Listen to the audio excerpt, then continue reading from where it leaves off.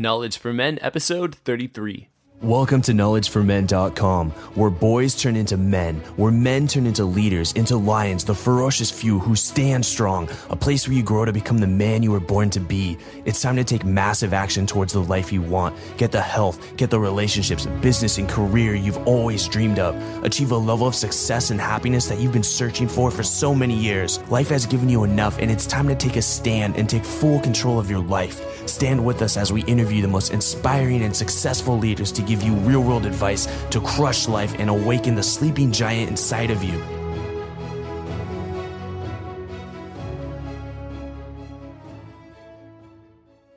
Today's podcast is brought to you by Audible.com. Get a free audiobook download today at kfmbook.com. There's over 100,000 titles to choose from for your smartphone, tablet, or computer. It's a perfect way to listen to your favorite books in the car, in the gym, or at home. Check out kfmbook.com to start learning in your downtime. All right, guys, welcome to the show. This is your host, Andrew Farabee, and today's episode is going to be about mastering your relationships and your work. Guys, I'm here with Mike Hrostoski. He's a men's coach, he's a life coach, and he's on a mission to make the world a better place one man at a time. All right, we're in for a treat here. It's going to be a longer episode, but absolutely worth every minute. So stick with us. Let me give you a little background about Mike before we jump in. After the sudden passing of his mother, Mike left a lucrative career in human resources and took a full year off to do things that filled him with joy. After spending 2012 doing hundreds of hours of pro bono coaching and traveling 12,000 miles across the United States doing volunteer work on a summer volunteer road trip, he launched his coaching business and operates it from all over the world. He's been a digital nomad since February 2012 and has spent the past 2 years traveling and working across 3 continents, over a dozen countries, and dozens of cities. Mike, I'm happy to have you on the show. Let's do this.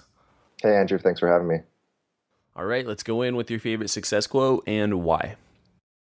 One of my favorite quotes is, "The greatest fear in the world is of the opinions of others.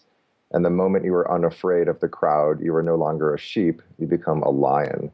A great roar arises in your heart, the roar of freedom." That quote, I was grad school and I was actually teaching a class on public speaking, and one of my students included that quote in one of his essays, and I read it. And there's quotes that you read sometimes that just like punch you in the chest and you're like, oh my God, like this is it. Like this is just, there's just so much truth behind it. And that quote right there, it's, I think, a big part of what I strive to live as, and like what I try and give to my clients is just like being yourself and being your truest, most authentic self in every moment, and like doing it for love instead of worrying about what everyone else thinks about you.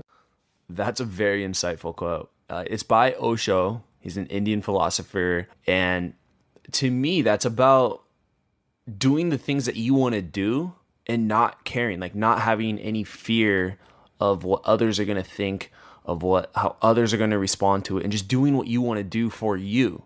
And when you do that, it's like you get the respect. It's because you did something and you stepped outside of social conditioning and did what you wanted to do. And I think so many people listen to others before they do something, which prevents them from really becoming and doing what matters to them. Okay, we're off to a great start here. Mike, let's learn more about you and go more into your story and how you got to where you are. Go ahead and share with the audience. I'm just like a normal dude, just like all of us. And for most of my life, I was on the conventional path. I graduated college. I worked for 5 years in sales and marketing. I went and got my MBA.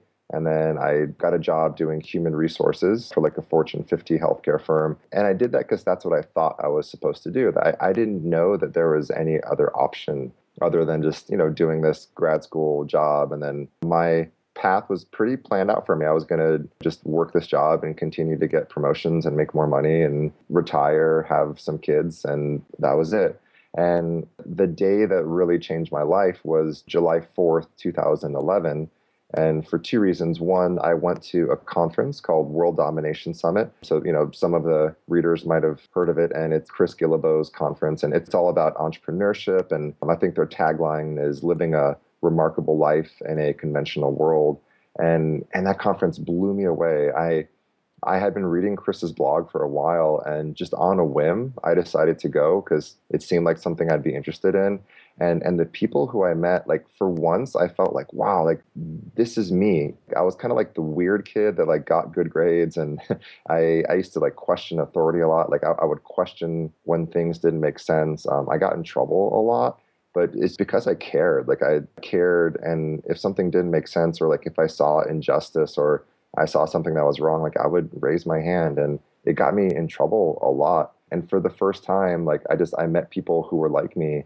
And these are people who are just, entrepreneurs, New York Times bestselling authors, location independent, internet entrepreneurs living all over the world. And it was like taking the red pill in the matrix. And I was like, oh my gosh, like this exists. Like this is like this is a reality that's possible to me. And as I met them, like they were all just super helpful, and they shared resources. They told me exactly how they did it. And then I just started hanging out with them and traveling with them and becoming friends with them. And slowly got sucked into this like amazing world of entrepreneurship. And so, that was the pivotal thing. And in addition, so that was like one of the best events that happened to me. The worst event that happened to me happened on that same day. So on June 4th, 2011, my mom unexpectedly passed away in her sleep.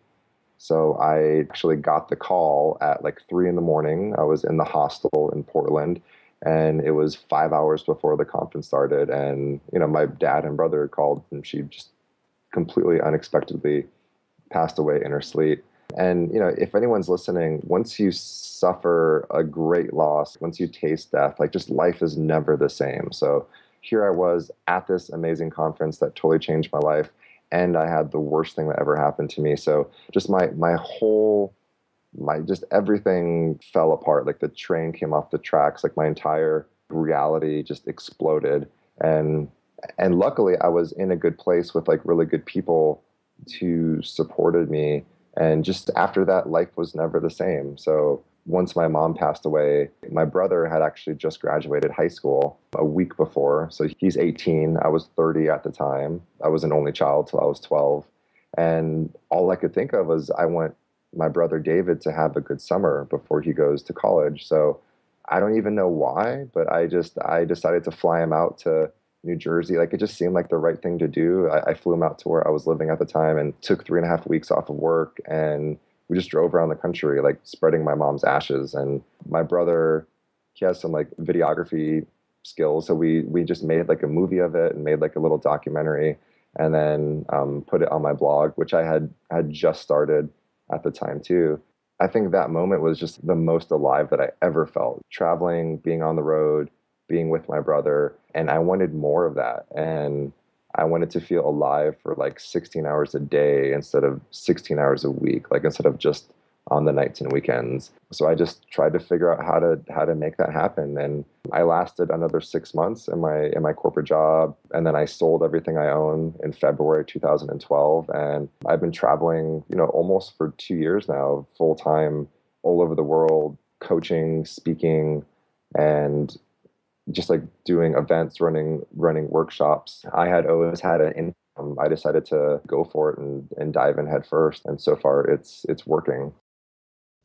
It really seems to me like you died at that event, or there was something happened to you when your mom passed away, and that was your reawakening. And you traveling with your brother and going on that road trip for the summer was like you were finally living, and you got a taste of that, and you've been going after that ever since, and you've been helping guys do that. Can you share with the audience, like how did you overcome that? I mean, that's got to be a deep, deep pain there. So how did you overcome that? And you were at the World Domination Summit when this happened. So what was that experience like? Yeah, man, just everything was different after my mom passed away. Just like the things that I used to worry about, like I didn't worry about anymore. Just like little first world problems. Food tasted better, like sex was better. When I went outside, nature was more beautiful. Like I just, yeah, like I sort of did die in a sense, or there was a rebirth where I started asking those really deep questions that I never asked myself of like, what would I do if I had a month to live? What would I do if money wasn't an issue? And I just started living like that. Like I had no plan.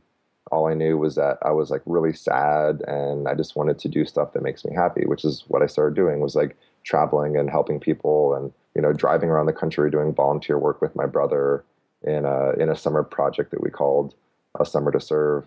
But one of the biggest takeaways I think from that was just learning how to feel my emotions. Because I think a lot of men, we don't give ourselves permission to feel because we're taught by society, or we're taught that like boys don't cry, or maybe we're 5 or 6 on the playground and we skin our knee and cry and the other boys make fun of us, or dads yell at us like, I'll give you something to cry about, and we shut off our hearts. And when your heart's closed off, like when you're not feeling, like there's so much of life that you're missing out on just the emotional like richness of, if you can't feel sadness, you also can't feel those like highest peaks of joy. So for me, it's like when my mom passed away, it just like, it blew me open, and just I really started feeling. And through the help of going through a life coach training program and through some like amazing friends and mentors, I learned that, it's like you can either resist your feelings or you can feel them fully and then process them and then like let them move on.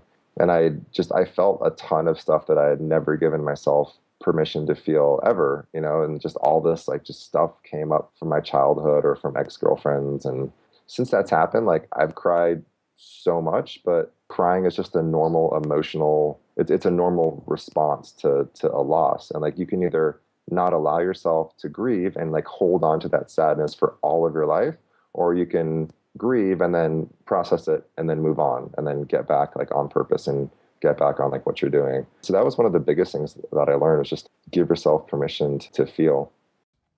What really stood out to me just now was when you mentioned that you wanted to experience 16 hours of freedom every day. Not just on the weekends, 8 hours on Saturday, 8 hours on Sunday, but every day. So my question for you is, what does freedom mean to you? And what are you doing with that freedom? Yeah, freedom at the heart of every man, and like one of our core desired feelings is freedom. And for the first time, I really experienced that. And I experience it every day. Like when I wake up, I do work that I love. I do interviews with people who I respect and like love connecting with. Like doing interviews is really fun for me because I get to connect with like other awesome dudes, or just, people who are also committed to living an epic life. Yeah.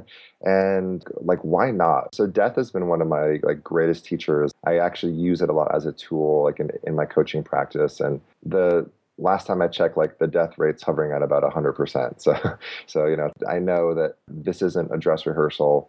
And when I'm laying on my deathbed, it's what sort of man do I want to have shown up as? And like, are there any gifts that were left ungiven? Like, did I not love as huge? And like, did I not ever open up my heart completely to love because I was scared of being hurt? Or was I like selfish with my time and money? Like, were there things that I could have done to create more love in the world or to make the world a better place? And if not, then like, why? And after tasting death, I've been so much more conscious with like how I spend my time.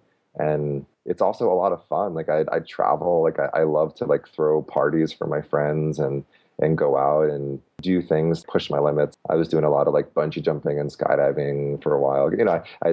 I think when a man tastes freedom, like I went on a binge of, traveling all over, doing stuff. And now I'd say I'm honestly like slowing down, and I'm much more, instead of trying to like consume everything, I'm much more like helping other guys try and achieve that, trying to achieve freedom in their life, whether that's a relationship that supports them, or whether it's, like having work that really turns them on, or being unstuck and like living a life that you choose instead of something that was planned out for you, like I did for most of my life. So you want others to experience that same feeling of freedom that you're experiencing. So now you're coaching other guys. But when did you transition into becoming a men's coach? You're going on these adventures, but at what point did you say, I want to become a men's coach? Or what was the moment there? Yeah, so great question. I went through a life coach training program. So I did the program with Martha Beck. I really resonated with her book and her program, and I met some of the teachers. And what's interesting is that it's predominantly female. Like I was maybe the only like one single young male in a room of like 120 coaches during our coach training summit. And just what I learned through being in the coaching world, and also through my travels, just traveling all over, is that just men don't have a lot of support. And I met so many women who were like, oh man, like I wish I knew who to send my husband to, or like I wish I knew who to send my brother to, or but there's no men's life coaches. And then I met a lot of men in my travels who just kind of felt like they don't know where to go, or they don't have a lot of support. Or very commonly, I'll find guys who are on the path, like whether it's a spiritual path or a path of personal development, or maybe even like they work in the startup scene and did really successful, financially successful. And then they've grown so much that they're like, I don't have any friends anymore. I've heard that so many times, like in my travels, just networking and hanging out and throwing events for entrepreneurs. It's like, yeah, like I really don't have any close guy friends because I've sort of outgrown my friends from like high school and college. And there's nothing wrong with drinking beer and watching football every weekend, but like I don't want to do that every weekend, or like I don't want to just go to strip clubs, and there's nothing wrong with strip clubs. Guys who want more from their lives, as the more that they grow, the more that they find less and less guys that are around. So that's a big part of my work, is just helping like more guys get on the path, and helping more guys to realize that like personal development isn't weird, and there's nothing broken about them. Like we're all perfect in this moment. Everyone listening, like you're perfect completely as you are. And where you are on this journey is exactly where you're supposed to be. So don't look at like Tim Ferriss or Richard Branson and be like, oh God, I can be doing so much more with my life, because that thought doesn't serve you. It just makes you feel like crap. So wherever you are is perfect, but just know that like there's some work to do. I mean, I still have a ton of work to do, and I'm always investing in myself, whether it's in coaching or going to different workshops or like reading books or deep diving into certain areas of my life that I have some resistance around, because I just like, why not? I want to show up as the best version of myself, and I want to dive into those areas that I have resistance, or like that I'm stuck, or that I have shame around, just so I can be like a fully integrated, happy, conscious dude. So yeah, so that's why my big why is just because like there's not a lot of stuff out there for guys, and there's a lot of societal norms that make it hard for guys to even ask for help, to raise their hand and say, yeah, like I'm kind of struggling. To use an example, women talk about relationships and sex, and there's tons of like life coaching stuff. And every time they get together, they're talking about things. And when guys get together, I mean, traditionally, guys get together, like sit in front of a television and like don't talk about anything. It's guys don't get together and sit down and be like, oh man, like I'm really having trouble like getting it up with my girlfriend, dude. I'm just so I'm feeling really lost. I'm feeling really lost, and I'm feeling really scared right now in my job. And like we don't, because we're afraid of being vulnerable, or like we're afraid of being weak, because we think that sharing that stuff is weak. But it's really, strength comes in vulnerability. And I found that like the more that I open myself up on my blog and to my friends and to my mentors, just the more support that I get. And I have so much support in my life. It's insane. Like I know that I could write something on my blog and be like, hey, I'm feeling sad. I need someone to jump on the phone with me right now. And I'd have like 20 people. Like I have so many people in my life who help me all the time, but it's because I ask, and because I know that I'm human and I can't do this all on my own. You bring up a really good point. I mean, popular opinion would say that being vulnerable, it would be a form of weakness, but like you mentioned, it is a form of strength. Why? Because you're being very courageous. You're putting yourself, your thoughts, your feelings, your emotions out on the table, and you're just, hey, it's right there, and people will either like it or not like it, and that takes courage. It's kind of goes in with your quote. It's like you're standing up for yourself. You're standing outside. You're not worried about other people's opinions. And another thing that really came to my mind is you mentioned a conscious dude. Can you talk more about that conscious dude? I mean, I know where you're going with this, but let's talk more about it. The conscious dude. This is like a new term that we're coming up with. And the way I see it is about living. It's about doing the things that matter to you now, being awakened and, snapping out of social conditioning and zombie mode. What are your thoughts on that? I love that that triggered you a bit, and I've never said that in an interview. I just kind of like made up with I just made that up on the spot. So This could be your tagline. Mike Hrostoski, reawakening the conscious dude. because at the heart of it, like I'm also a dude. I don't repress any part of myself. I love to have sex. I love to like. I do stuff that like some quote unquote like enlightened or like spiritual types might say, oh, like you shouldn't do that. Like I eat meat. I do. And it's to me, it's about having every flavor of man possible and like integrating that into yourself. So I have a part in me that is very kind and very gentle and very soft. And there's a piece of me that's sort of maybe kind of fatherly, kind of paternal.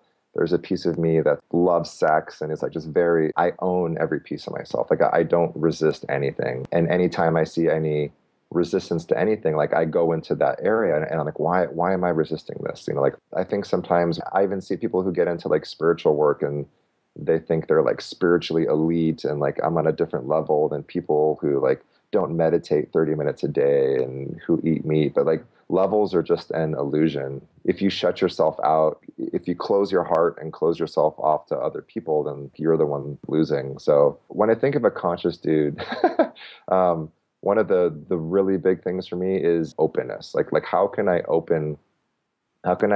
show up every day like with an open heart? Like how can I return back hate or judgment or ignorance with love? How can I stay open and like keep my heart open in those times when I'm scared and when I don't know what's going to happen or when I'm feeling a little anxious? So, you know, like everyone listening, there's times every day when the front of your body like starts to constrict a little bit. Like maybe for the single guys, like it's when you go and approach a beautiful woman in a bar or like at a Whole Foods, or maybe you're getting on like a really important sales call, or you're getting on stage to do some public speaking, or maybe there's someone in your life that like you don't really like and they're around and you feel the front of your body constricting. So one of my most important spiritual practices is just staying open in every moment, like staying open and not closing when I'm talking to that beautiful woman or when I'm on stage or when I'm with someone who like I may or may not agree with their worldview, but how can I still like stay open to them and love them as a human being? So I think openness is just really huge. And my whole platform, I think the elixir of life is integrity.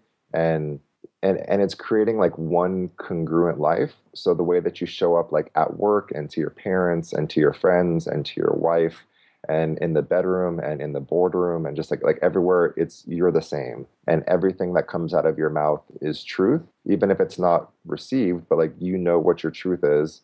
And there's so much like personal power that comes from like speaking your truth in every moment and like owning your wants and your desires and like setting boundaries and just never lying. And I've talked to hundreds of women about love and sex, and they'll say, yeah, I mean, integrity is so sexy. Like a man who keeps his commitments, a man who says, I'm going to do that, and he does it. A man who's not like wishy-washy. If a guy says, oh yeah, I think I want to be with you, but like I don't know, you know, like if he sets really clear agreements that like, yes, I do want to be in a committed relationship with you, or it's like, I'm not interested in a relationship, but I think you're beautiful and let's explore this physical connection. Or, I mean, it's like whatever he says, but the minute that a man wavers on his word, like that's when you lose trust from a woman or from a client. So the more that you can just speak your truth in every moment and not lie, and just like the more personal power you have, and everything else like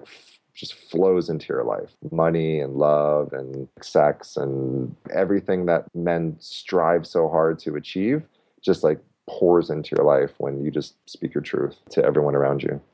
And integrity is not the first time that's come up on this podcast. It's come up over and over again.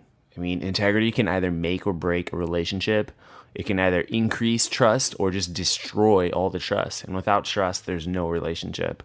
And we're kind of flowing into relationships, it feels like.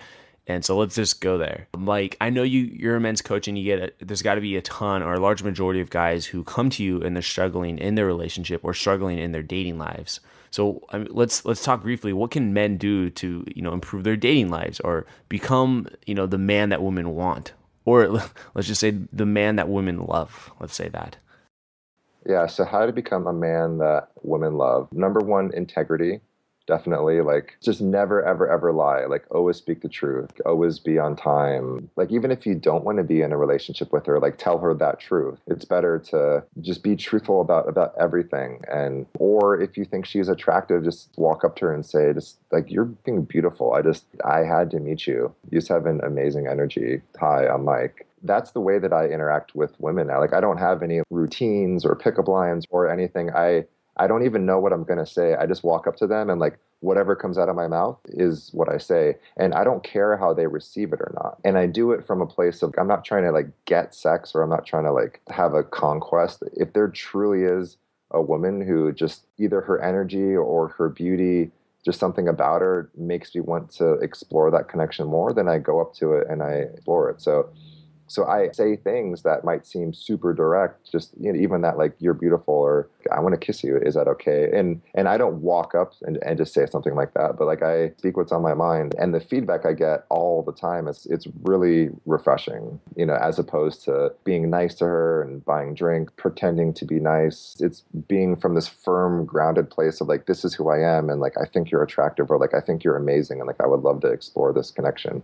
I get rejected a lot, and every time that I get rejected, I'm like, yes. So I love to fail, because it's just feedback. So integrity, I think just owning your desires and owning the fact that you're a sexual being and building trust. So building trust in every moment. So I think guys either move too quickly or too slowly. Like, let's say if from A to Z, if A was the minute, like the moment that you see a woman that you're interested in and you make eye contact, and Z might be sleeping with her, I think there's so many steps that have to happen. So A might be like you make eye contact, B might be like you walk up with like really good presence, and C might be just like you speak your truth, whatever it is. D might be putting your hand on her shoulder, and slowly escalating, but in every moment being so present.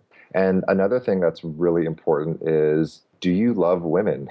So I'll ask guys sometimes, do you love women? Do you legitimately like love all women? And sometimes guys don't. Like sometimes like there's guys who get into like pick up or try and become more successful with women because like they like hate women, or they have like a grudge to pick with women, or they're upset at women because their mom cheated on their dads and left, or because some girlfriend cheated on them, or because some girlfriend broke up with them.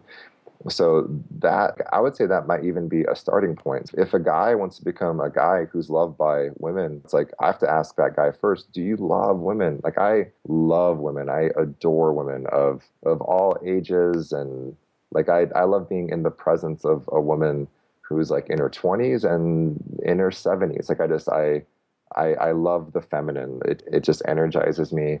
And I love to like serve, and in every moment with a woman, like I'm trying to make her feel as beautiful and as safe and as loved as possible, whether or not she's my girlfriend or partner. Like I love women. And if you don't love women, that would be a starting point. And there's probably some work that you'd have to do around that with, with a therapist or with a coach, or maybe doing some like journaling exercises, or maybe grieving that breakup, or grieving whatever your core wound is around women. Because like if you don't love women, then man, like that needs to be handled first.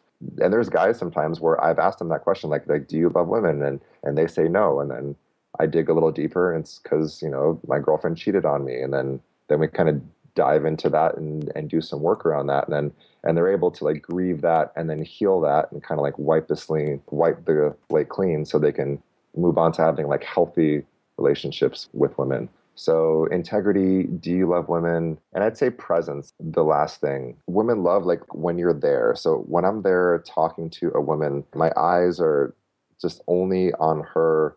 We're making direct eye contact. I'm not looking at anything else. I'm almost like imagining that we're in a bubble. And in that moment, she is the most important thing in the world to me, the person who's in front of me. So like working on your presence is something, just like presence, eye contact, that's something that will serve you so much, not only in interactions with women, but also in sales, and I mean, so many other things.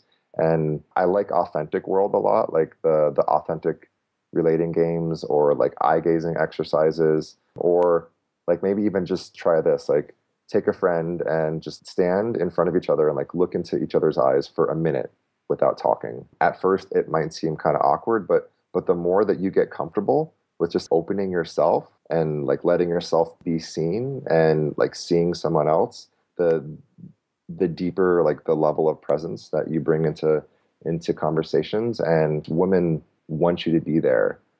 So 10 minutes of like really present time is better than 2 hours together when you're like sitting on your laptops and looking at your iPhones and like watching TV. Maybe even imagine that. So like I want you to imagine that like you're sitting in front of your girlfriend or your wife for 5 minutes without saying anything, just sitting there, just like taking each other in, and think of how much more deeper and what greater quality of time that is than maybe 3 hours of like watching a movie or doing something. I've done a lot of work in that space. And again, I really enjoy the work that like Authentic World does around relating games. But how can you really, really, really be with someone with your presence and your eye contact and focus on them and make them feel like the most important person in the room?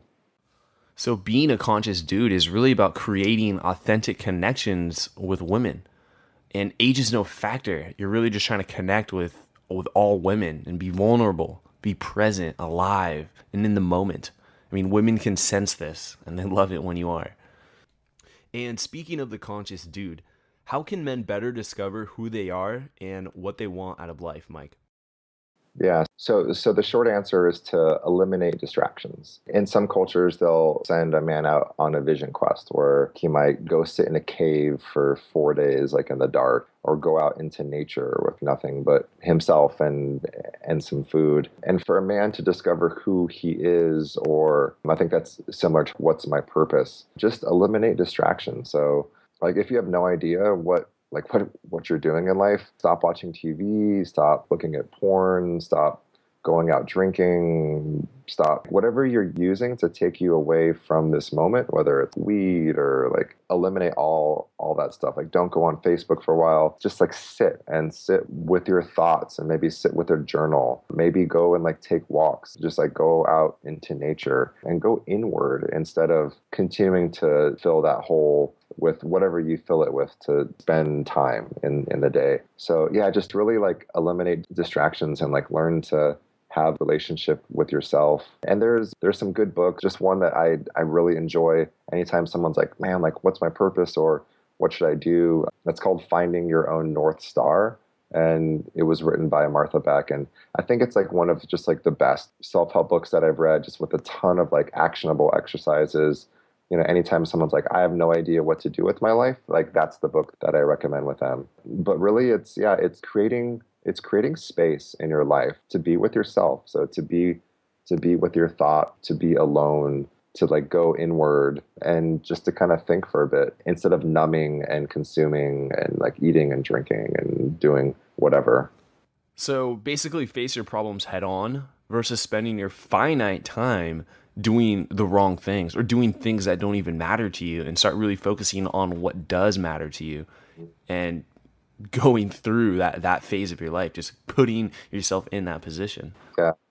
Yeah. I mean, I would just say like, if someone asked me, I don't know what to do with my life, I would say go on a hike and like take a notebook and like go out into the woods for like 2 days and just be alone. Just wander around, throw rocks into just like do whatever. Just be alone out for 2 days or even for like one day and just go out with a notebook and you'll find something out there.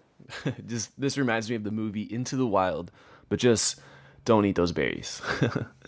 If you've seen the movie, you know what I'm talking about. If you haven't, go watch that movie, Into the Wild. Now, what I want to talk about is, I know there's a lot of guys listening who want to move forward. They want to build their business. They want to try new things and go on an adventure and begin their journey, but they're holding on to the past. And specifically, they're holding on to a past relationship. They're holding on to their ex-girlfriend or even possibly ex-wife.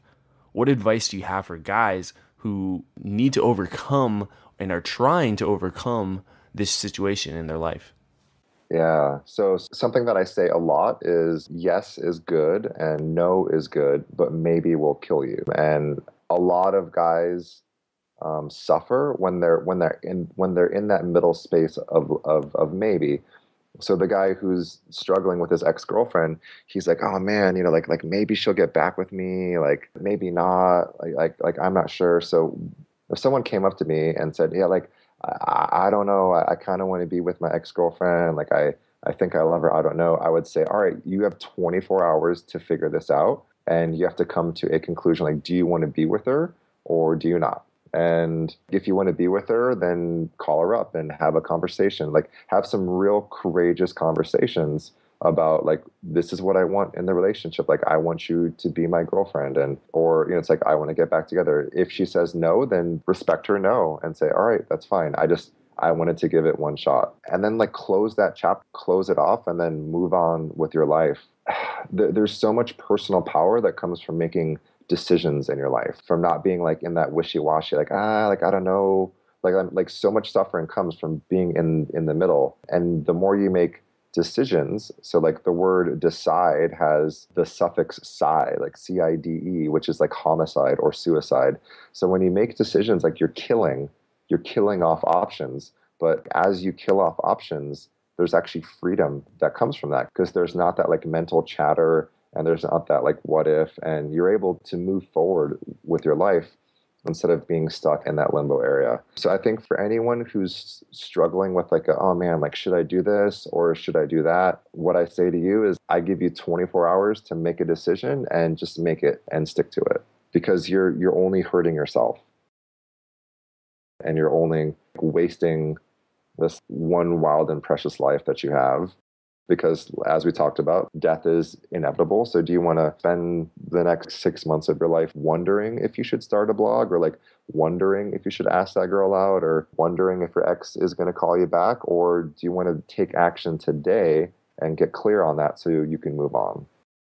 So it really comes down to making a decision and then acting on it, and not letting yourself suffer and torment yourself with all the questioning and wondering what could be or what could happen if you would just take action.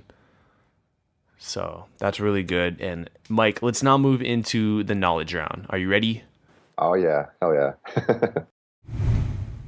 For you, the listeners of the Knowledge for Men podcast, Audible is offering a free audiobook download with a free 30-day trial to give you the opportunity to check out their awesome service. And you know what? Something I've noticed after interviewing hundreds of successful people is that they all read a ton of books. If you want to be successful, you've got to educate yourself. I don't always have time to sit down and read a book, so I personally recommend listening to audiobooks in your car, in the gym, or on the go. You can pick up for free any one of my favorite best-selling books, like How to Win Friends and Influence People by Dale Carnegie, Awaken the Giant Within by Anthony Robbins, Mastery by Robert Greene, Choose Yourself by James Altucher, The Alchemist by Paulo Coelho, or any other audiobook you want. Audible has over 100,000 titles to choose from.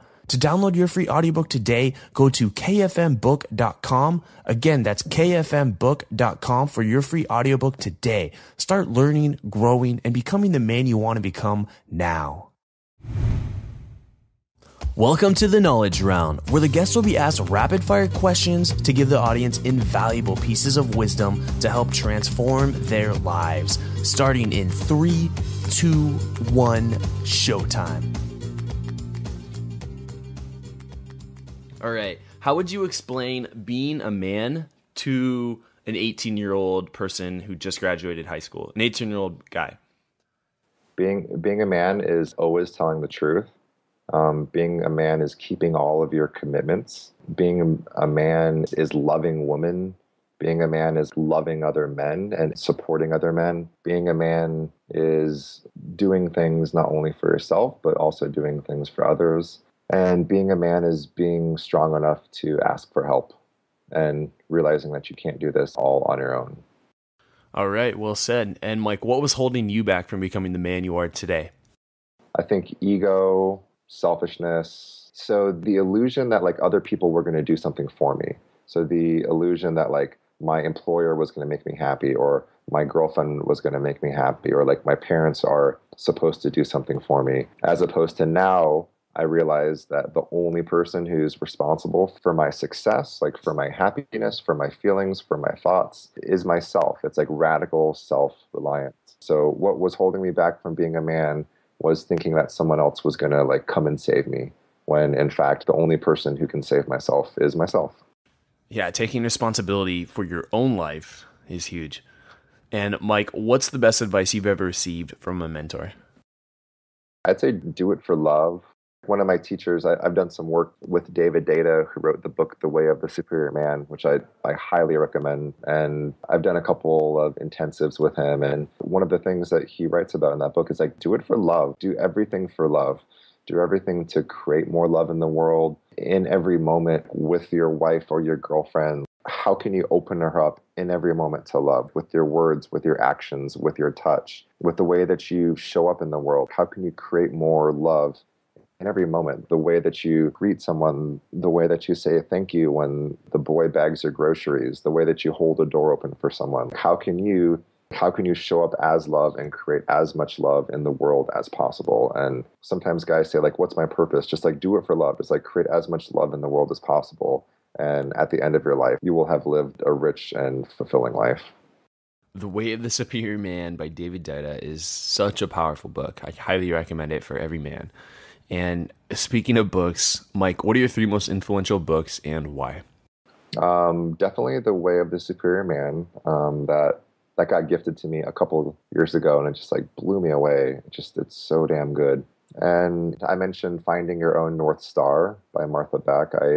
I love that book. Anytime someone says, "Oh, what do I do?" And there's a book called Mode 1 that I really like, and it's sort of like a pickup book, and it's a way of being with women, but really it's about owning your sexual desires and your needs and your wants and speaking your truth in every moment. And it's a very, very powerful book. Like I highly recommend that. Like I've given that to clients who are like married, and it changes the way that they show up in sales conversations or like with clients or with vendors. It's around just like having balls and and just getting your needs met and not being a people pleaser or a manipulator. And it's a really, really good book. Those are some good books, Mike. And don't forget, guys, you can pick up a free book if you go to kfmbook.com. That'll take you to Audible, and you can pick up a free audiobook. So check that out, guys, kfmbook.com. And on to the next question. What's one action one person can take right now that would get them closer towards their goals? Take whatever your ultimate goal is and then break it down to the smallest possible step, to the smallest micro step. So if your goal is to like build a life coaching empire, then the first step would be to buy a domain name. If your goal is to like meet the girl of my dreams, then maybe the first step is to come up with a list of what those characteristics are. But it's defining the goal and then not getting overwhelmed at it. So as you look at the mountain, like as you look at Mount Everest or like look at a huge mountain, you can get overwhelmed and say, wow, that's so big, or you can just take that first step. So define your goal, but then take like a itty bitty tiny micro step and just realize that everything is progress. And Mike, the next question is a scenario. Imagine you woke up and you were 20 again. What would you do? Would you do anything differently? I would definitely take more chances. Man, I spent all of my 20s on the sideline. People look at me now, and my life's pretty awesome. I'm not gonna lie. Like I live everywhere. I do work that really turns me on. But I didn't move out of my parents' house till I was 24. Like I didn't move away from my hometown until I was 27. And for most of my life, I was paralyzed with fear, especially around women. So if I was 20 again, I would just take risks like crazy. And I would do it without any attachment to the outcome. And I would travel more. Like if I was 20, I'd save up some money. Like I'd save up like $1,000 or $2,000 and like get in my car and just like take a trip and just travel and experience more of life to get some more self-awareness and to realize that there's a much bigger world outside of your hometown. So I would travel and I would ask all those girls out that I secretly loved but never said anything to for like most of my life. So taking action, taking massive risk, and just going after what you want in life. And I think even just continue doing that today, and that would still impact anyone's life. And now on to the next question. Mike, if you had to write your obituary today, what would it say? That's an awesome question. He gave it his all. He showed up as love every day and died with nothing left. Simple, yet very powerful. And Mike, what's your philosophy on life? If it feels good or if it makes you happy, then do it. If it scares you or makes you a little afraid, do it. Follow your heart and your gut in every moment, and don't give a fuck about what other people think about you, because it's your life and you are the creator of the movie script that is your life story. There's just something so powerful when you look at life that way, as if it was a movie and this is your story and you get to create it. You are the writer, you're the director, you're the producer, you're the actor. There's something very powerful about that. I like that philosophy. It's something that I've written about as well. And on to the final question here. Do you have any parting piece of guidance for the thousands of listeners today, Mike? If you've listened to the end of this podcast, then you're already winning. You're already what I would consider a conscious dude. You're on the path. I'm giving you a high five from over here across the internet, and you're doing it. And I just want to be energetic. I just want to hold your hand a little bit and just be like, way to go. You're doing it. And the fact that you're putting the work into listening to these podcasts and reading books, and you're taking action in the face of fear, I'm really inspired by you, just by the fact that you're doing the work, because most people aren't. And the thing that separates high performing men from average men are just guys who do the work. So if you're listening to this podcast, then you're already a winner, you're already a high performing man, no matter what step of the journey that you're on. And the only way to get to the next step is just get some help. So get some help from the guys who are one or two steps ahead of you, because I know most of the time they'll be more than happy to help. And that's going to wrap up the knowledge round. Mike, what's exciting you today? What are you currently working on? What's exciting is I'm working on a conference called the Conference for Men. The website is conferenceformen.com. And this kind of came up as a need of a lot of what we talked about on guys need friends, guys need more connection, guys need a space to do some of this work. Guys need to drop all of those bullshit social norms about what it is to be a man, and to open up into deeper depths of love and connection and presence. So I'm creating a conference to do that. So I've assembled kind of a dream team of speakers and with a combined hundreds of years of experience in men's work and sexuality and spirituality. And it's going to be 300 guys in San Diego, April 25th through 27th. And it's just going to be just an awesome weekend of accelerated growth. And I do transformation, not information. So it's not going to be a conference where you go and listen to a bunch of famous speakers and take notes and then just go back to your job on Monday morning and have nothing change. So it's going to be a conference where you're up out of your seat, you're doing exercises, you're making real-time changes in your life. Because everything that's pushed me the most has been experiential learning. When I think of workshops and events and retreats that I've gone to, you learn a little bit when you hear someone talk about something, but you learn a lot when you actually do that thing and integrate it into your being and into your nervous system. So that's what we're going to be doing. And I'm so excited.